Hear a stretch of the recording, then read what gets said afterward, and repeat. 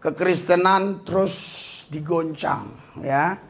Kita lihat di berbagai tempat, ya, ada banyak penutupan gereja, juga ada banyak orang-orang yang lagi beribadah diberhentikan oleh kelompok tertentu, oleh orang-orang tertentu. Jadi ini sudah dinubuatkan oleh Yesus, kalau kau mengikut aku, kau akan pikul salib.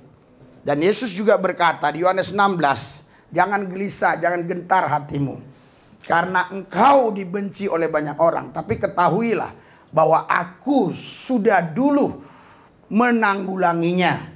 Dan Tuhan berkata, jangan gelisah dan gentar hatimu. Haleluya.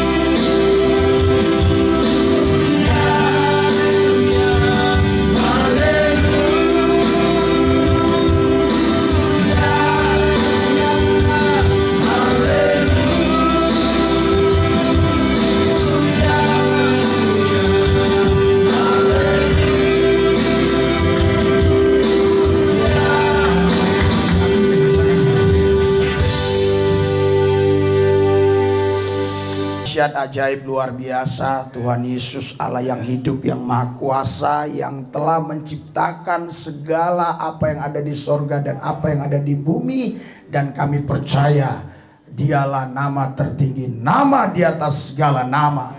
Dan semua nama-nama di muka bumi harus tunduk kepada namanya.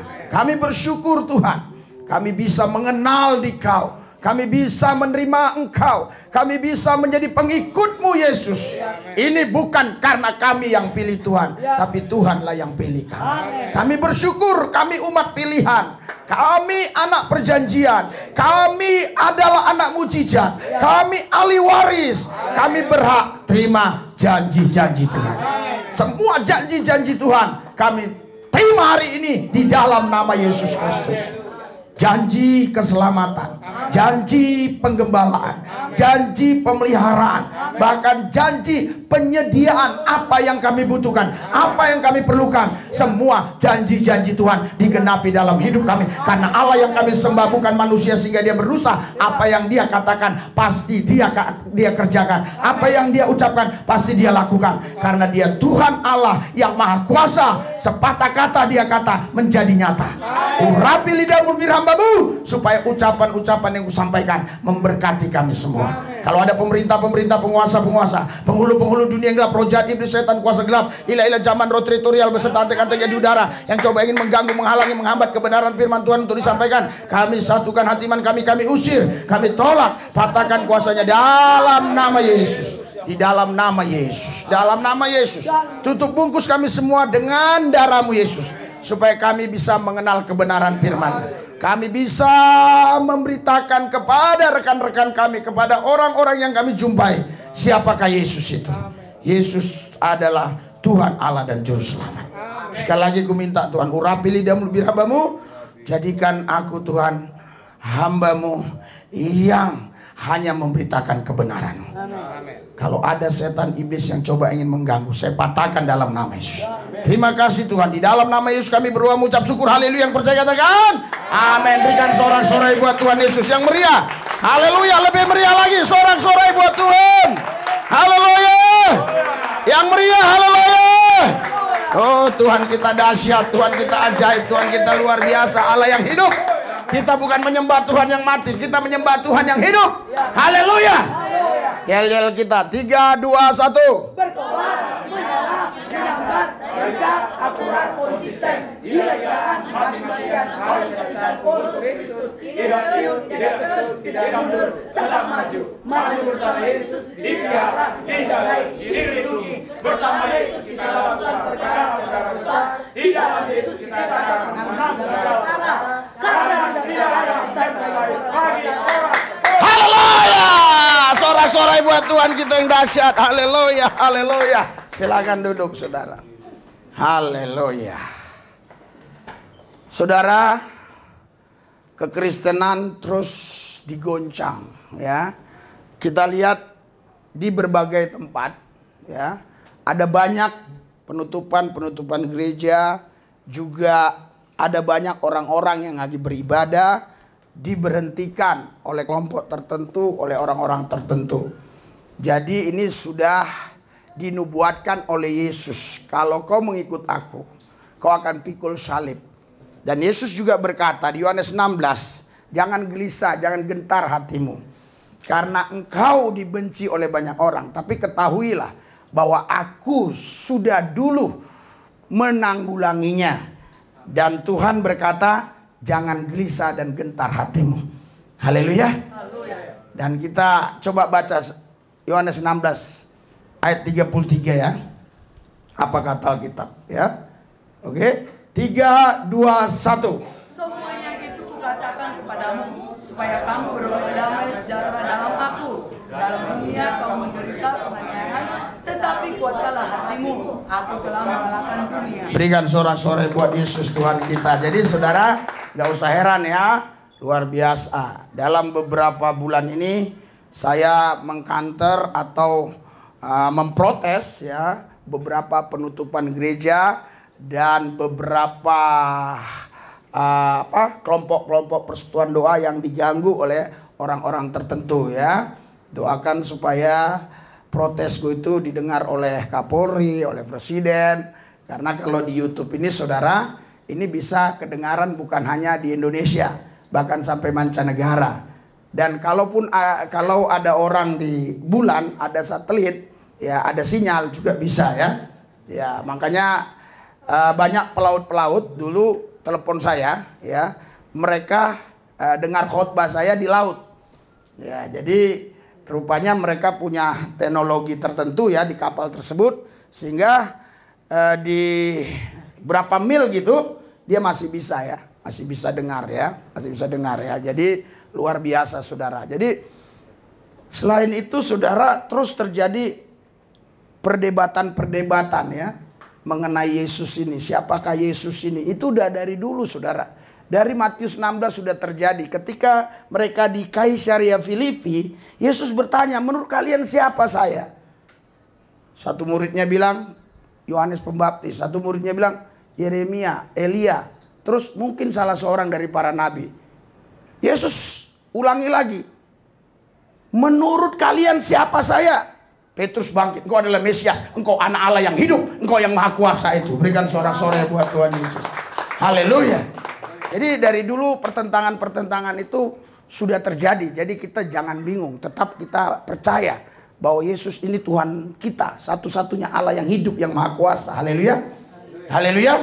Tidak ada Allah lain lagi, tidak ada Tuhan lain lagi, hanya Dia saja ya. Saudara, kita harus terus mengkaji firman Tuhan supaya kita bisa memahaminya dan kita bisa saudara menjawab kalau ada orang bertanya. Contoh seperti di dalam Roma pasal 14 ya. Roma 14 ayat 7 sampai 9 ya.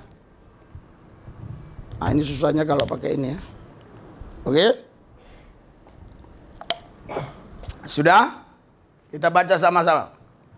3, 2, 1. Sebab tidak ada seorang pun di antara kita yang hidup untuk dirinya sendiri, dan tidak ada seorang pun yang mati untuk dirinya sendiri. Terus? Sebab jika kita hidup untuk Tuhan, dan jika kita mati untuk Tuhan. Jadi baik hidup atau mati, kita adalah milik Tuhan. Terus? Sebab untuk itulah Kristus telah mati dan hidup kembali, supaya Ia menjadi Tuhan baik di atas orang-orang mati maupun atas orang-orang hidup. Saudara, Bapak Ibu sekalian, saya mau tanya saudara.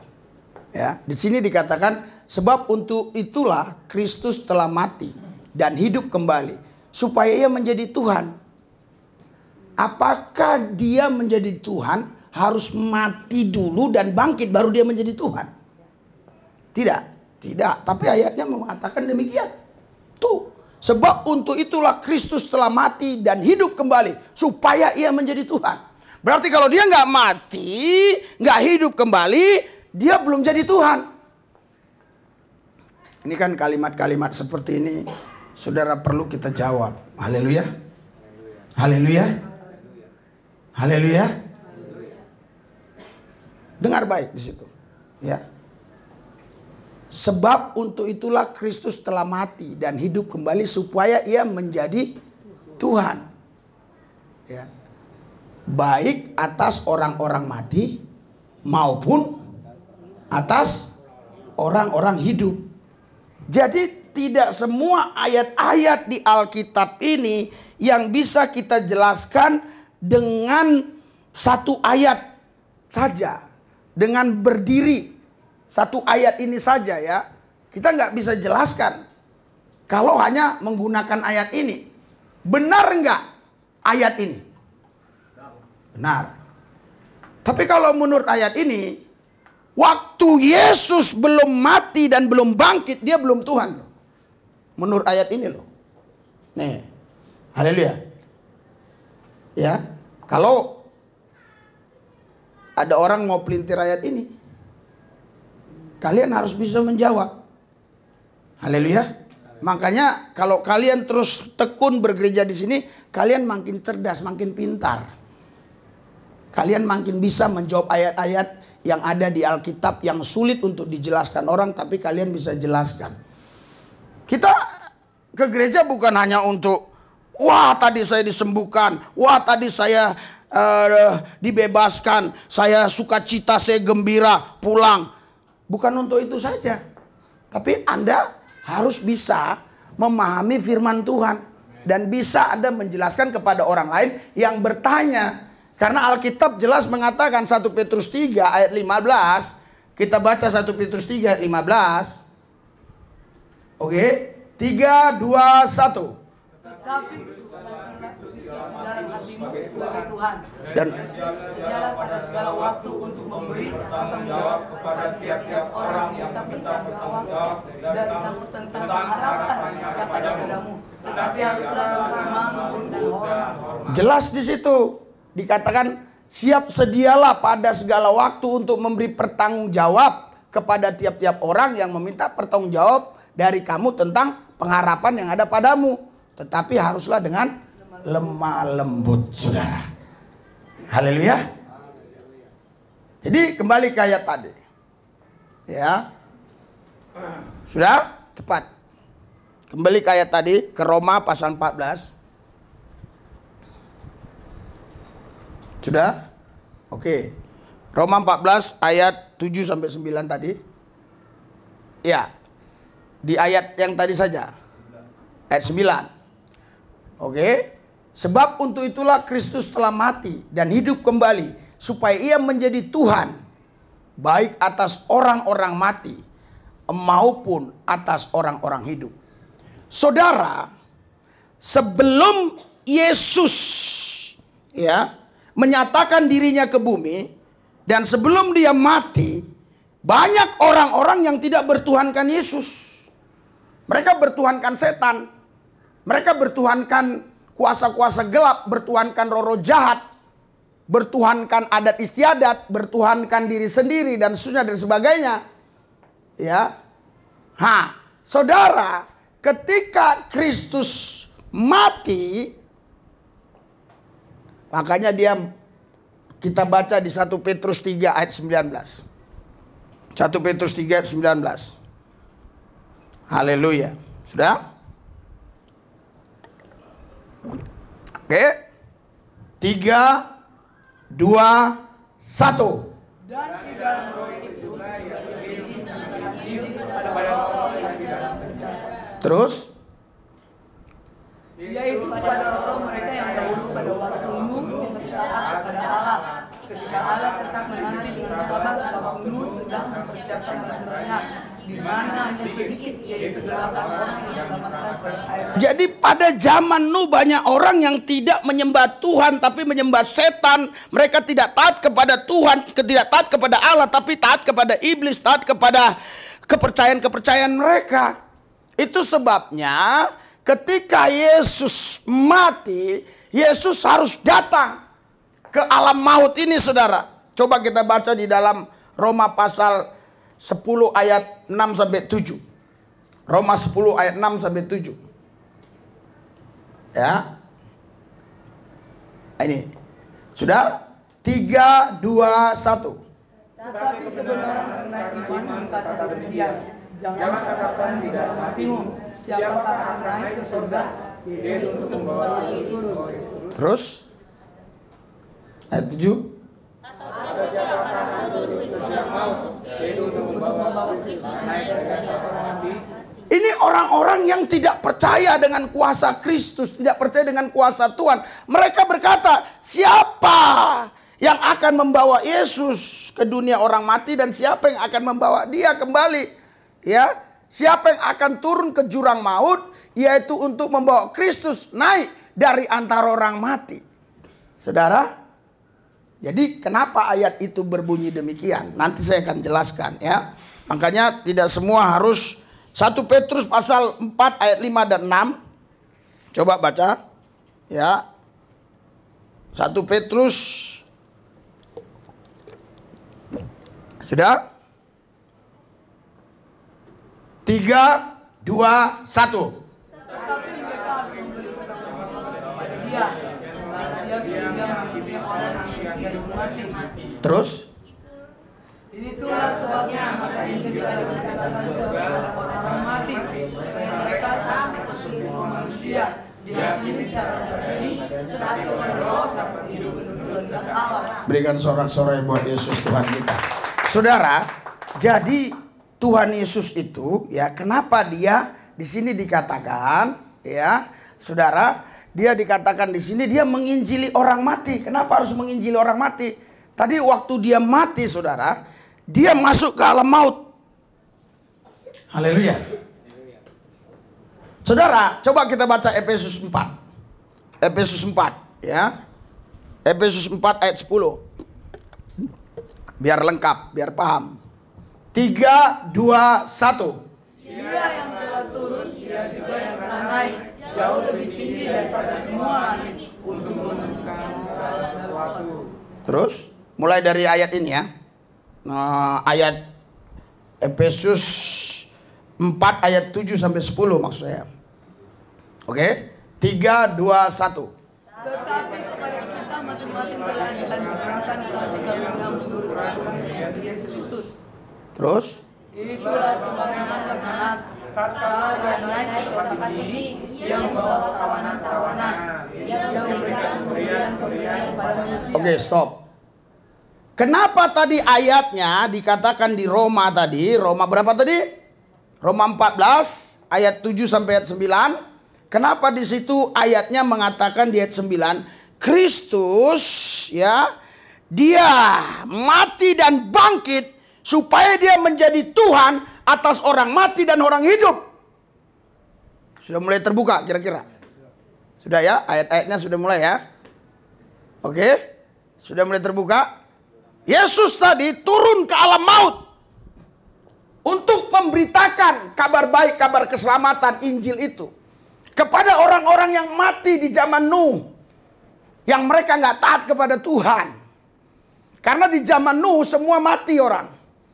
Ya, tidak ada yang hidup, hanya 7 yang hidup. 8. Ya, hanya 8 yang hidup. Nah, dia turun untuk menginjili mereka. Ya. Terus saudara tahu, ketika dia bangkit, dia membawa apa? Membawa tawanan.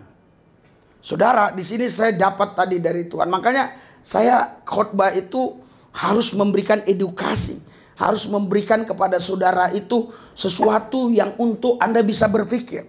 Saudara, waktu dia mati, ya kan? Kan ada orang bilang, Tuhan bisa mati nggak? Nggak. Yesus Tuhan bukan Tuhan. Kok Yesus mati? Siapa yang bangkitkan Yesus? Yesus mati, tapi roh Allah yang di dalam dia nggak mati. Haleluya. Jadi yang membangkitkan Yesus ya roh Allah itu sendiri, roh Kristus itu sendiri, oh Yesus itu sendiri. Kalau roh saya nggak bisa membangkitkan tubuh saya, karena roh saya bukan roh Allah, roh manusia. Haleluya. Iya, itulah sebabnya kata Nas, tatkala ia naik ke tempat tinggi, ia membawa tawanan-tawanan. Tawanan yang mana ya? Yang diinjili tadi. Nah, ketika dia mati, Eli, Eli lama sabatani, kan mati nih tubuhnya nih. Efesus 2 sebagai manusia dia mati. Kan di dalamnya tuh roh Allah. Kan dia lahir bukan karena sperma, sel telur. Dia lahir kan roh Allah karena firman Allah kan. Berarti roh tadi punya firman kan?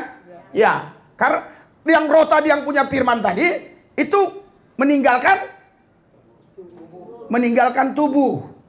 Ah, waktu dia meninggalkan tubuh kemana dia? Ke alam maut. Tubuhnya, nah ini dapat pemahaman baru lagi kan? Ada yang baru lagi kan? Kalau kita dekat dengan Tuhan terus ada yang baru. Selama ini saya nggak begitu cara berpikir saya. Ya saya pikir ya udah, dia mati ya bersama tubuhnya. Enggak. Waktu tubuhnya masih di kayu salib, rohnya sudah langsung. Yo kemana dia pergi rohnya? Ini dibilang. Ya kan? Rohnya langsung pergi. Nggak mungkin ya Yesus mati di salib terus rohnya gentayangan.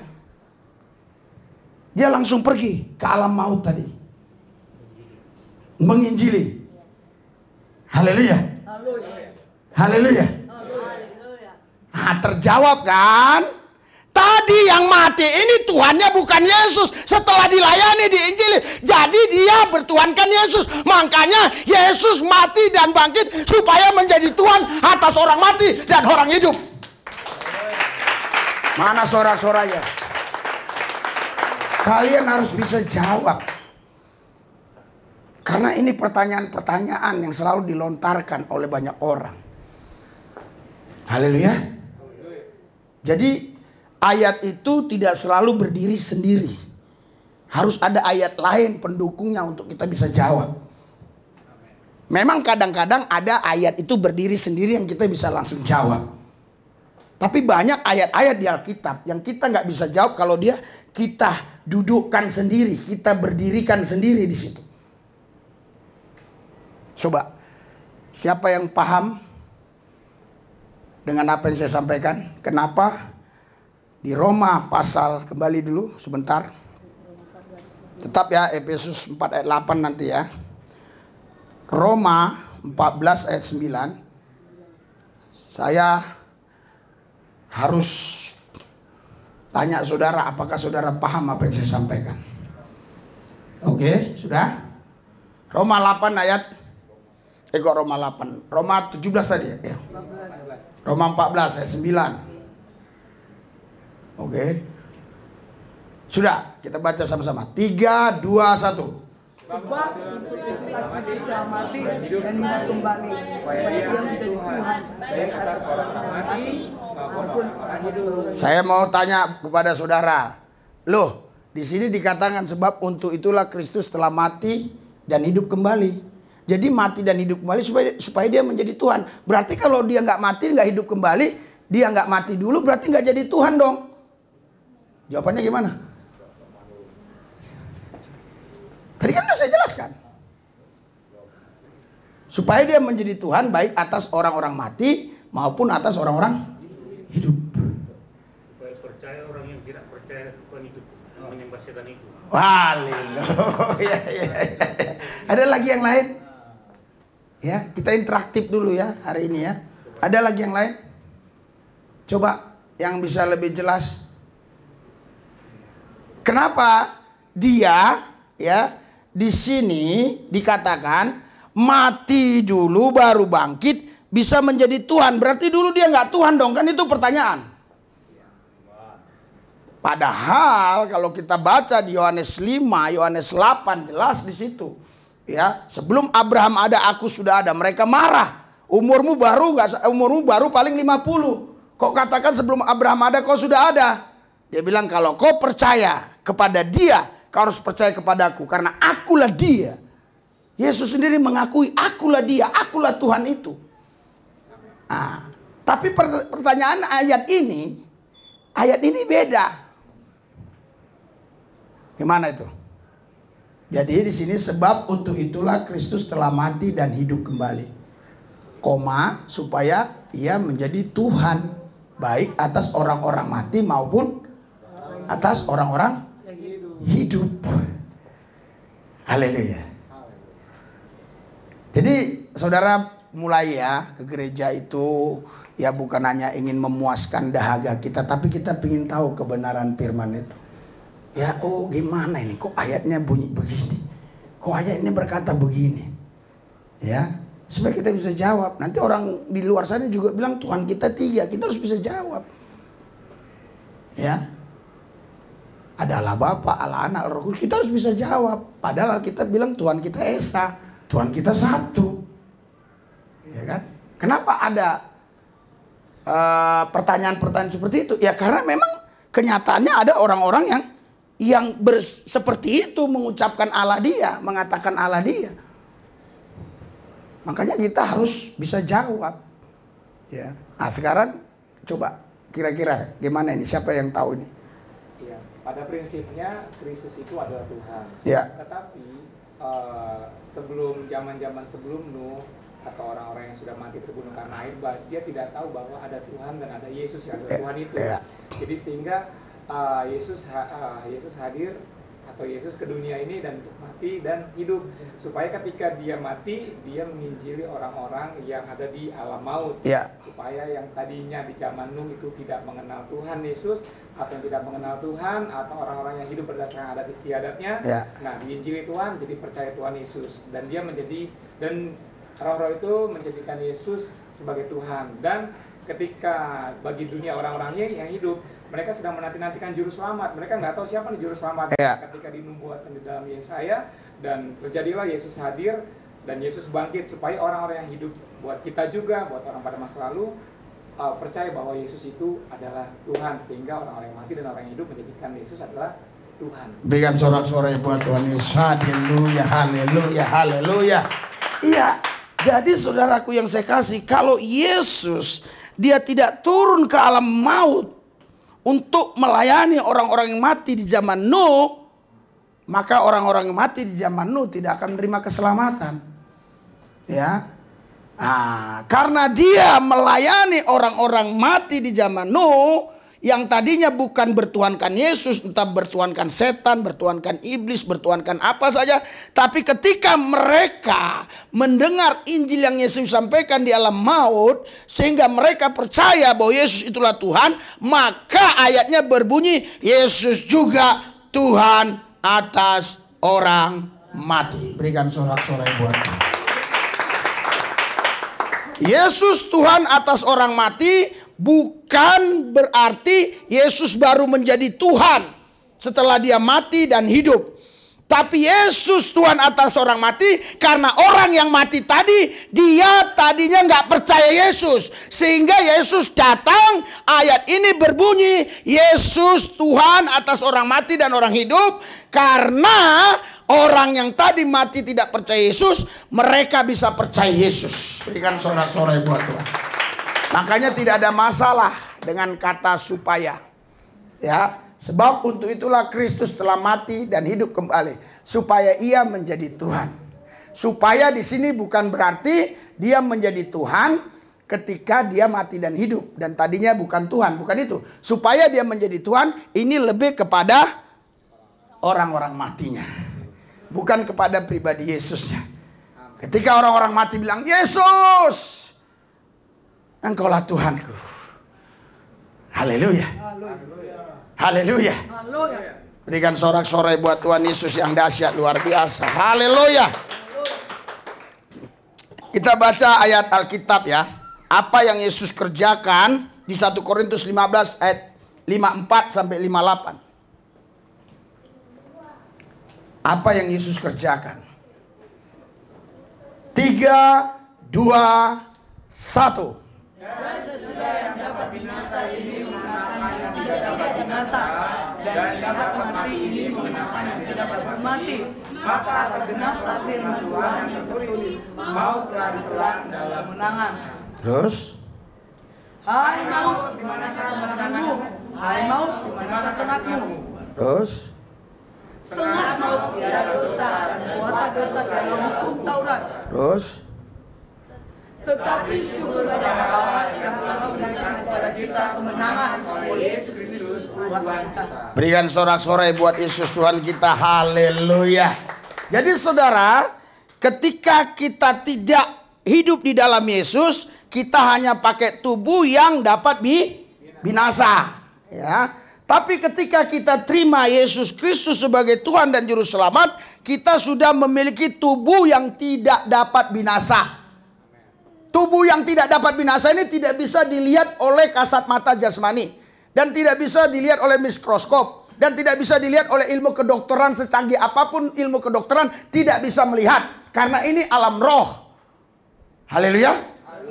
Ketika kau terima Yesus Kristus sebagai Tuhan dan Juru Selamat, kau di situ sudah memiliki yang namanya benih tubuh kemuliaan. Berikan sorak-sorai buat Tuhan. Haleluya. Kau sudah memiliki benih tubuh kemuliaan tadi. Dan ketika engkau taat dan setia terus kepada Tuhan, benih itu makin bertumbuh.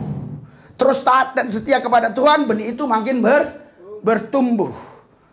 Dan terus taat setia kepada Tuhan makin bertumbuh.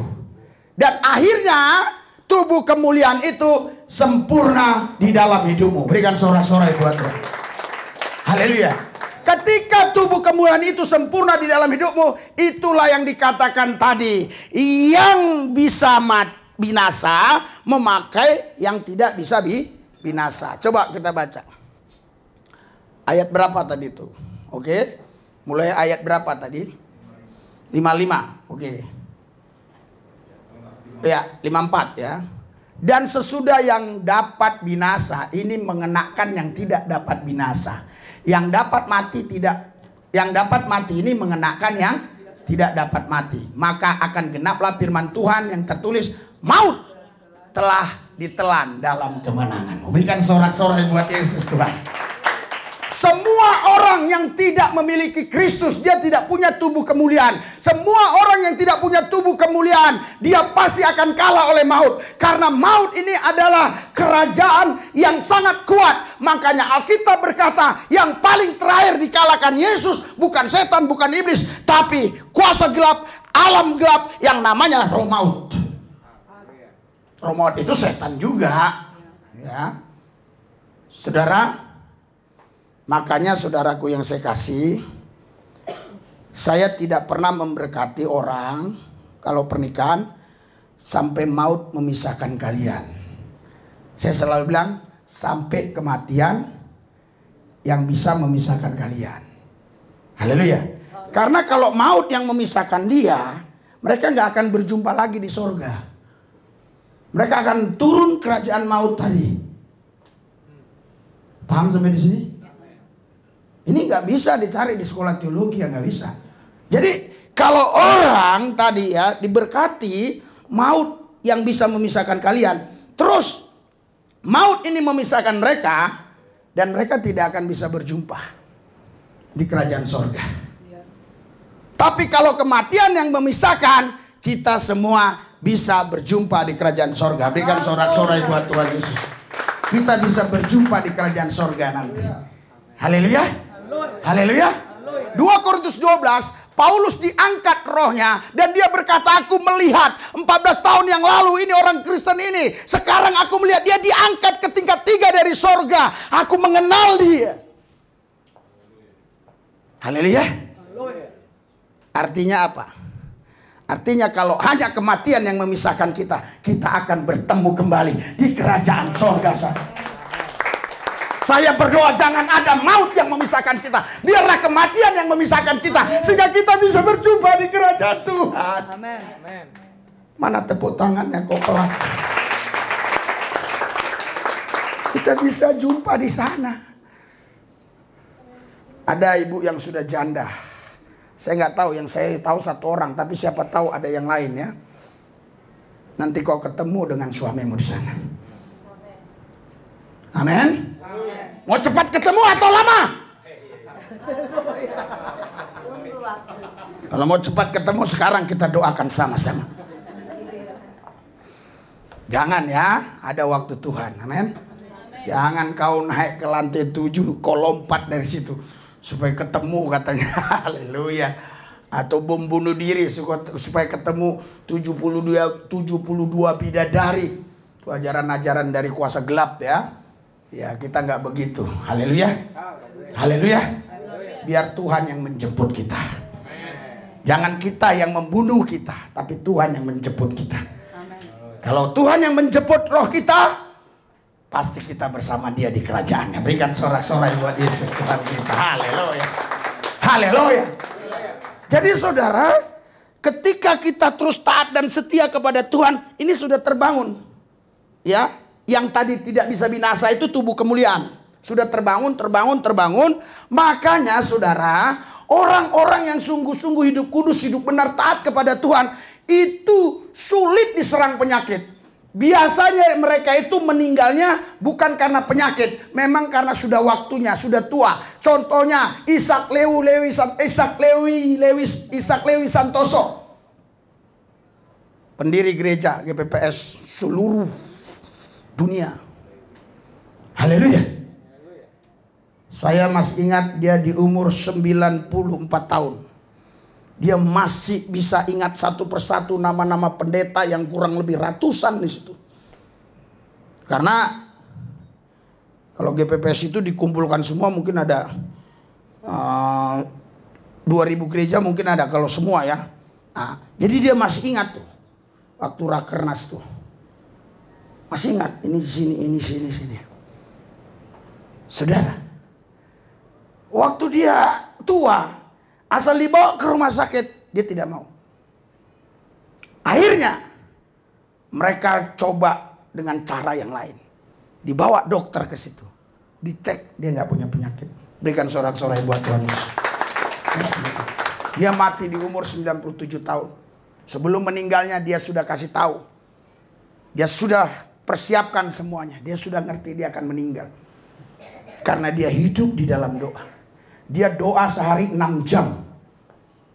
Coba tanya seluruh pendeta-pendeta yang usianya di atas 50 tahun. Pasti kenal beliau. Asal bilang Ishak Lewi Santoso, pasti bilang doanya hebat. Doanya dahsyat.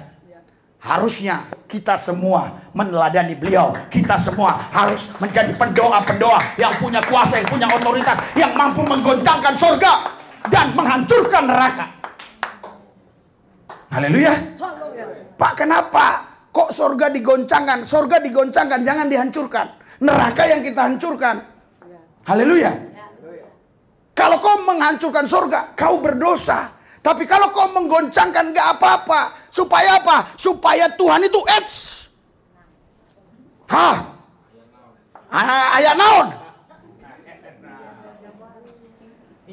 Ketika kau bisa menggoncangkan surga, saya yakin semua doa-doamu pasti dikabulkan oleh Tuhan. Haleluya. Malaikat pun di sana tergoncang. Ada apa bro? Kata malaikat Gabriel kan. Mikael bilang, bukan perang nih bro. Terus apa? Ini anak-anak Tuhan lagi doa. Haleluya. Makanya kenapa kalian malas doa? Lihat kita doa-doa terus kan. Kita mulai pulih gereja kita. Haleluya. Ya kan? Kenapa malas doa? Haleluya. Tapi ini waktu dipegang Randy kenceng banget. Ini jangan dikecilin Pak. Haleluya. Hah? Oh baterai pengaruh ya. Iya. Ada baterai lagi. Kenceng ya? Sama ya. Haleluya.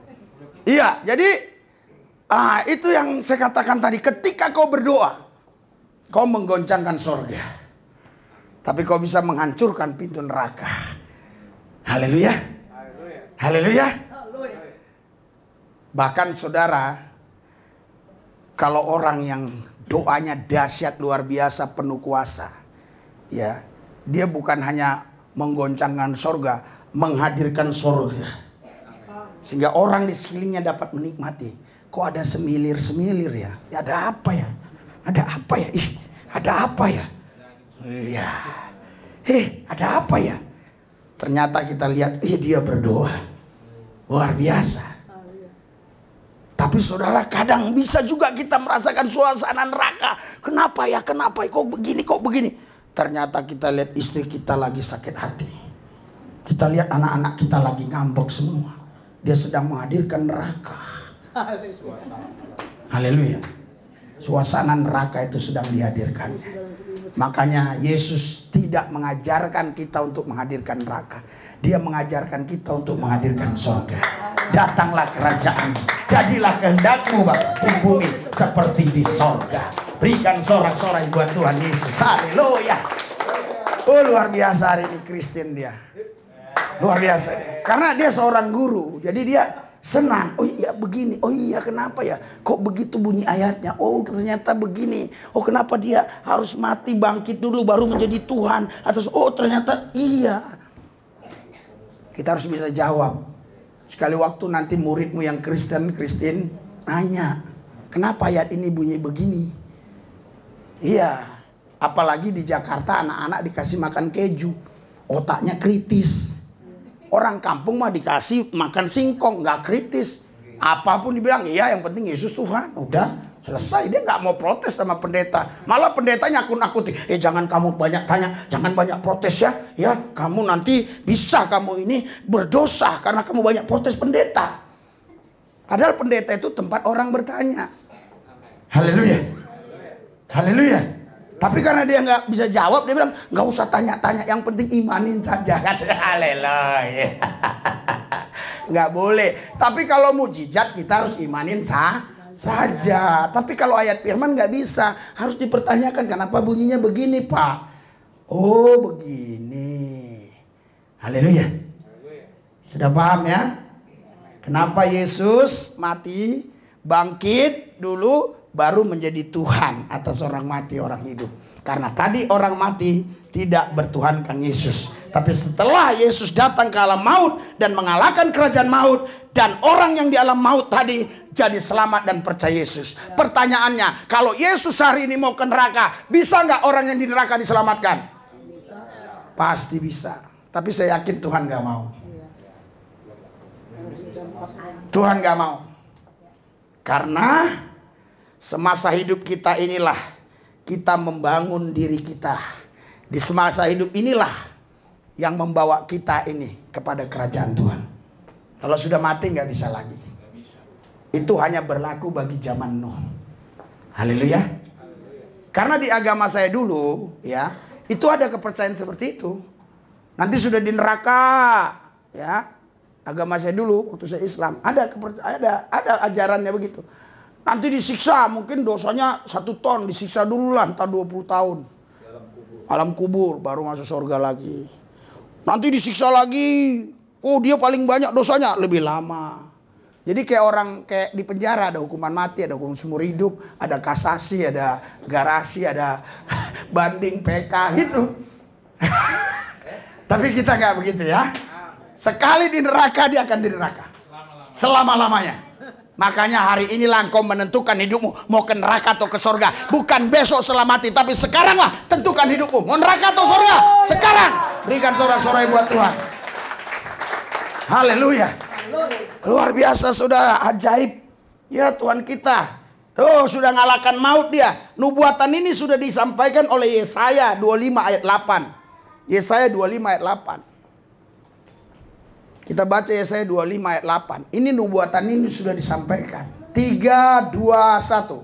Dia akan meniadakan maut. Stop. Dia akan meniadakan maut. Maut itu tadi ada.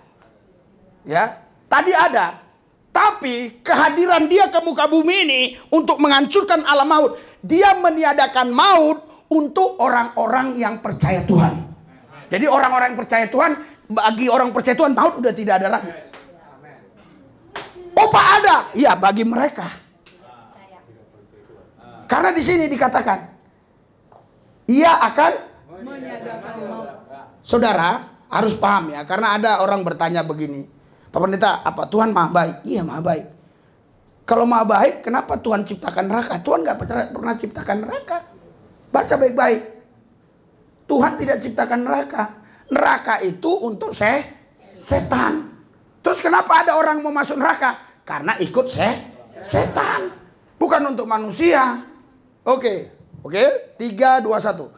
Ia Akan meniadakan maut untuk seterusnya.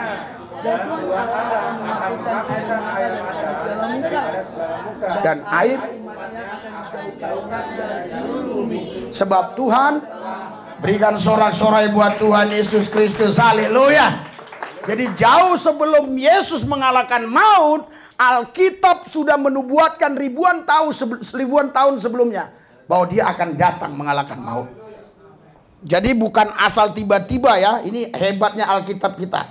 Baca di haleluya di Hosea 13 ayat 14. Ya. Saya nanti baca baca Hosea. Oke. Sudah?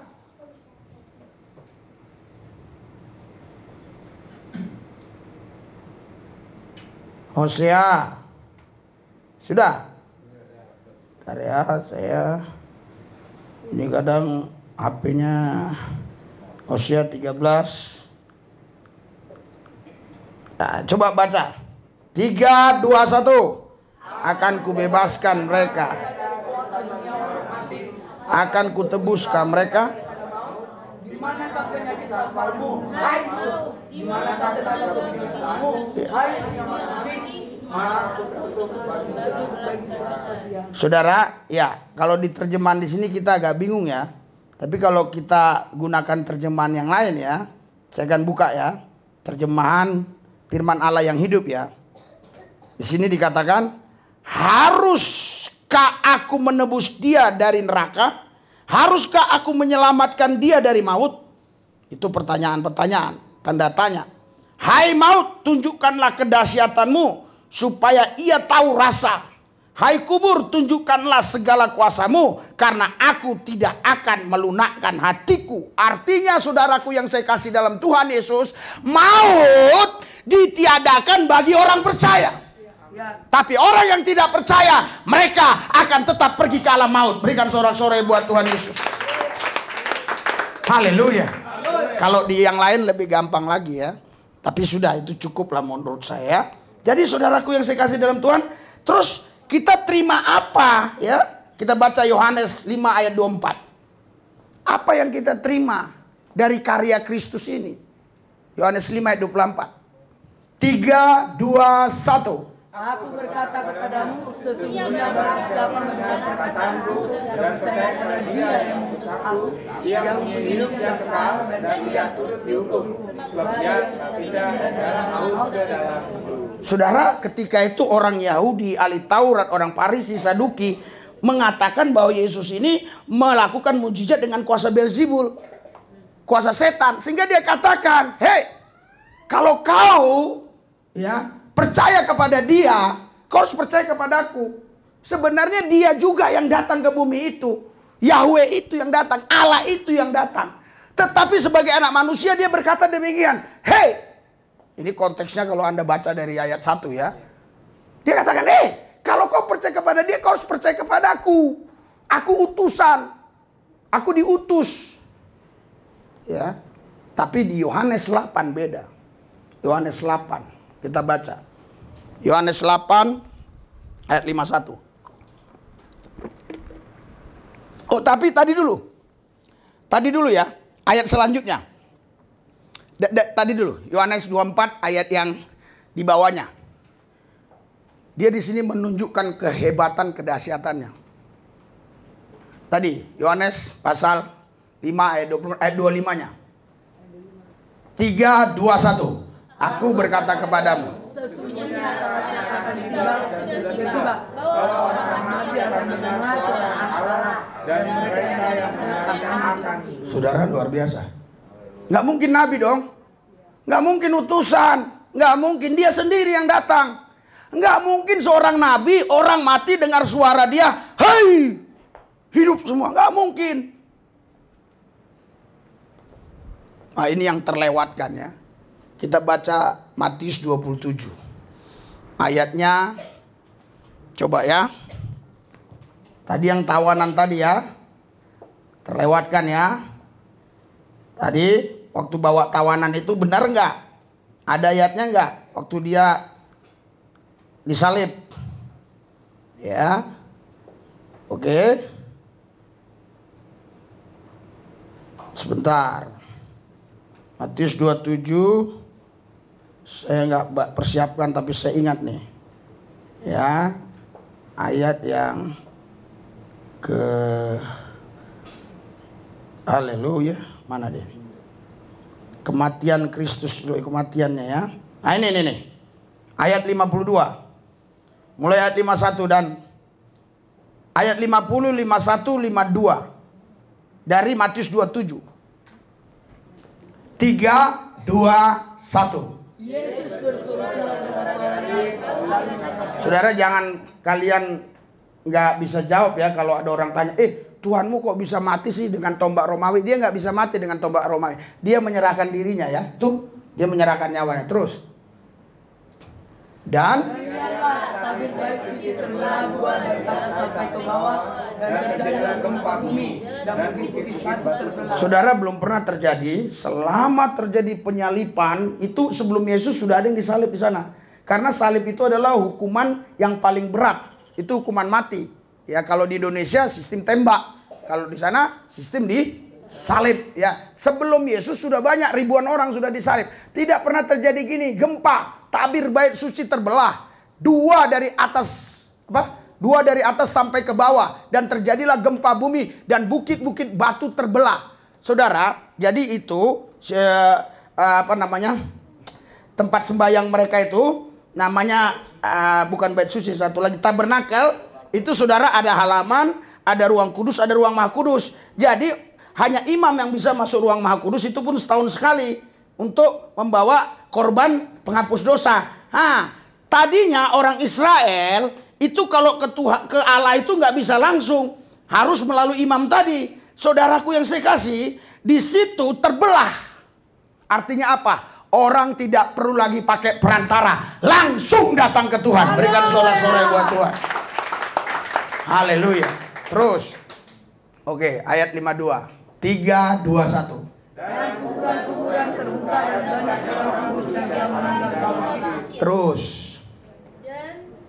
Dan Sesudah kebangkitan Yesus, mereka pun keluar dari kubur, lalu masuk ke kota kudus dan menampakkan diri kepada banyak orang. itu tadi yang membawa tawanan-tawanan itu. Maut sudah dikalahkan. Haleluya. Haleluya. Haleluya. Jadi mereka bangkit dari kubur, saudara. Dan tidak ada ayatnya mencatat mereka balik lagi ke kubur. Nggak ada. Nggak ada ayatnya mencatat demikian. Jadi itu tadi Efesus 4 tadi yang membawa tawanan-tawanan itu ya. Haleluya. Oke. Kubur terbuka dan banyak orang-orang saleh telah mati, baik laki-laki maupun perempuan, hidup kembali. Setelah kebangkitan Yesus, mereka meninggalkan pekuburan, lalu masuk ke Yerusalem, dan di sana menampakkan diri kepada orang banyak. Melihat gempa bumi dan segala sesuatu yang terjadi, kepala pasukan dan para prajurit yang menjaga Yesus menjadi takut sekali. Mereka berseru, sesungguhnya lah ia ini anak Allah. Berikan sorak-sorai buat Tuhan Yesus. Haleluya. Haleluya. Haleluya. Haleluya.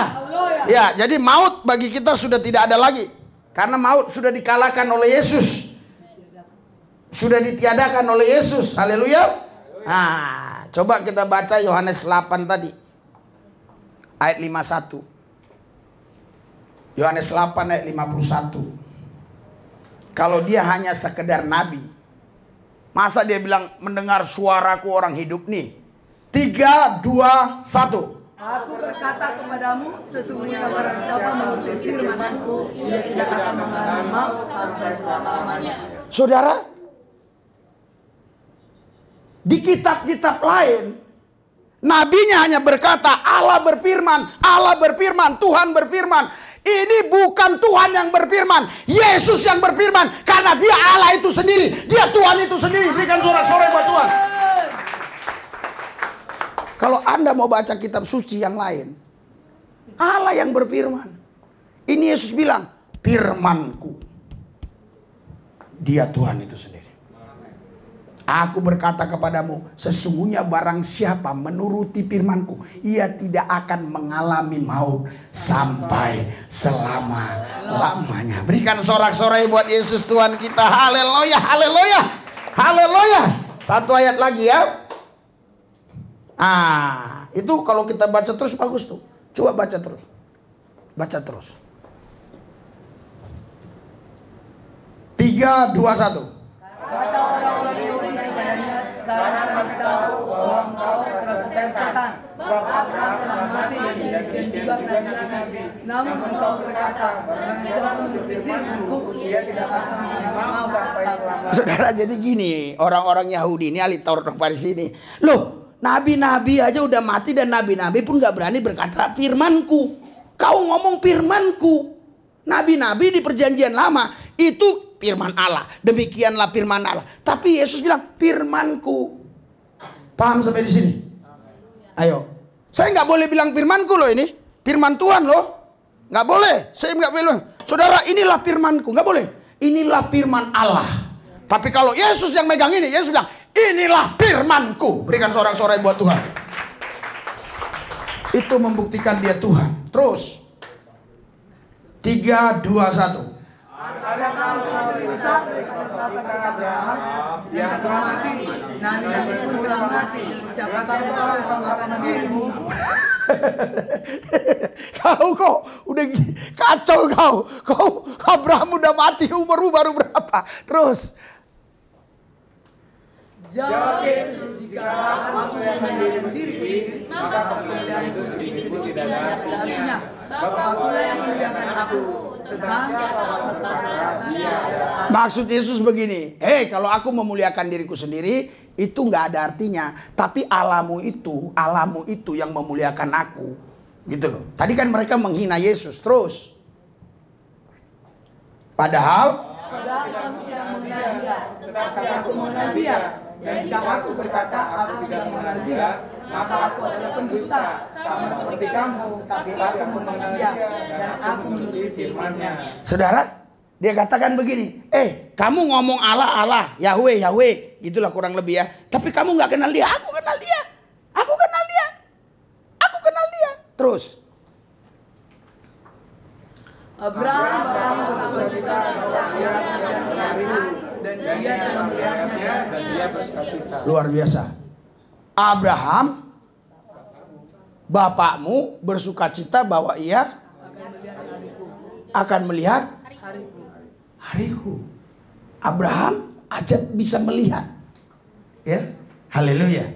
Dan ia telah melihatnya. Telah melihatnya. Jadi saudaraku yang saya kasih, artinya pada waktu Yesus belum menyatakan diri, yang orang Yahudi mungkin anggap itu Yahweh, apakah itu istilahnya, itu Abraham sudah kenal. Berikan sorak-sorai buat Tuhan Yesus. Sudah kenal. Abraham bapakmu bersukacita bahwa ia akan melihat hariku. Dan ia telah melihatnya. Terus 3, 2, 1. Maka kata orang-orang yang itu kepadanya, umurmu belum sampai 50 tahun dan engkau telah melihat Abraham. Lah, maksudnya gini, hebat kali orang Yahudi ini ya. Dia nggak bilang gini, umurmu belum sampai 50 tahun, kok Abraham bisa melihat kau? Bukan gitu. Padahal Yesus ngomongnya gitu loh. Abraham udah melihat aku. Tapi orang itu ngomongnya balik nih. Maka kata orang-orang Yahudi itu kepadanya, umurmu belum sampai 50 tahun dan engkau telah. Harusnya kau bilang Abraham telah melihat kau, kan harusnya begitu. Itu sama dengan orang yang dirampok waktu dia turun dari Yeriko ke Yerusalem, terus dirampok, imam lewat, terus ahli Taurat lewat, para orang-orang kudus lewat. Terus Yesus bilang sama orang Yahudi ahli Taurat, siapa mereka yang berbuat? Terus orang Samaria lewat. Orang Samaria tolong, betul nggak? Tolong bawa ke rumah sakit, betul nggak? Kasih uang lagi, nanti kalau nanti ada apa-apa, aku datang lagi. Akhirnya orang ini dirawat sebaik mungkin sampai sembuh.